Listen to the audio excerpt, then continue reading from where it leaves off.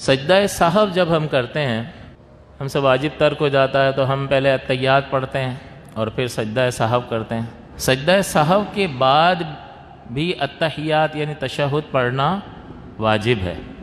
وہ بیٹھ چکا، فرض وہ پہلے پورا کر چکا لیکن تشہد پڑھنا اس کو واجب ہے۔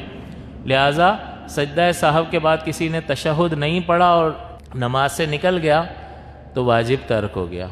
لہٰذا جب بھی آپ سجدہ سہو کریں گے تو سجدہ سہو کرنے کے بعد آپ کو تشہد دوبارہ پڑھنا واجب ہوگا۔